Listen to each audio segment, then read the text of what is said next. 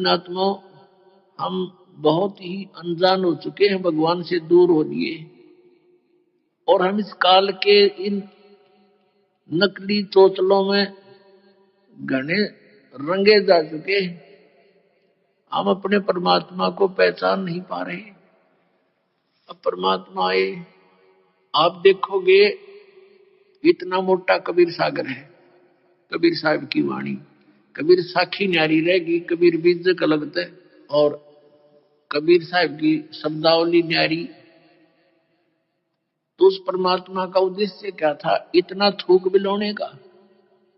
क्योंकि वो हमारा पिता है और वो चाहता है कि अपने बच्चों को मैं ऐसा ज्ञान दे दूं ये मुझे पहचान ले, और परमात्मा को ना पहचान कर हम इस काल के जाल में असंख्य युगों से फंसे हुए हैं। अब इसमें क्या बताया है कि मन नेकी कर ले तो 2 दिन का मेहमान।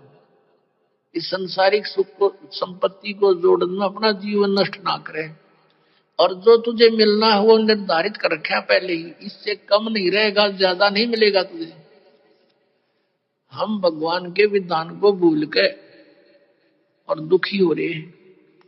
हम किसी का कोई मान ले 2 पैसे कमा रहा है तो ईर्ष्या बनती है कि ये क्यों कमा रहा है, फिर होड़ बनती है मैं भी कमाऊं, और आप कमाने लगे उसमें घाटा पड़ गया तो फिर दूसरा तरीका अपना होगा, कोई चोरी ठगी मिलावट का रिश्वत का, फिर उसका कितना भयंकर दुख उठाएगा।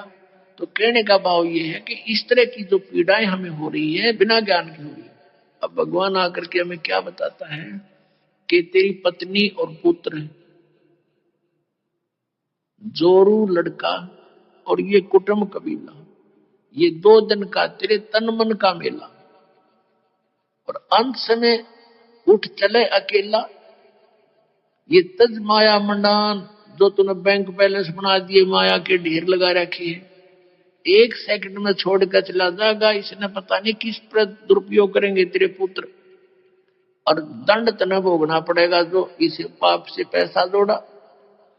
और फिर क्या बताते हैं, कहां से आया कहां जावेगा, तन छूटे तब कहां समावेगा। अरे हम घर से चलते हैं, जिस दिन किसी कारण से हम दूर देश जाना होता है दूसरे शहर में, तो जाने से पहले रात को रुकने की व्यवस्था कर लेते हैं कि कहां पर रुकेंगे, कुछ ना कुछ सोच के चलते हैं।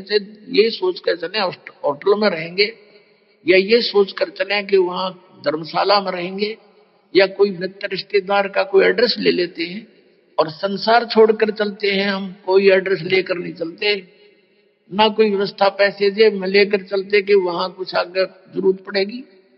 तो शरीर छोड़कर जाने के लिए जो करेंसी हमने ले जानी होती है वो पहले से ही उसके चेंज करानी पड़ती है करेंसी को।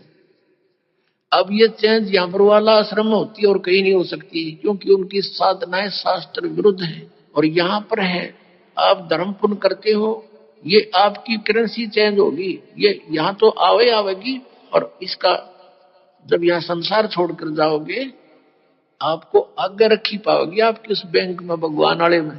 तो क्या बताते, कहां से आया कहां जावेगा, कहां से आए थे तुम कोई पता नहीं, और शरीर छोड़कर फिर कहां जाएगा पता नहीं।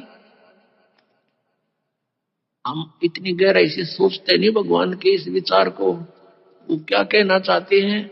अब कैसे बोलते थे परमात्मा, कहीं भी जाकर खड़े हो जाते थे कबीर परमेश्वर, और अपनी आवाज में परमात्मा अपनी अमृतवाणी को बोलना शुरू कर देते। जैसे एक शब्द आपको सुना रहा है ये दास, इसमें कितना गहराई भरी हुई है।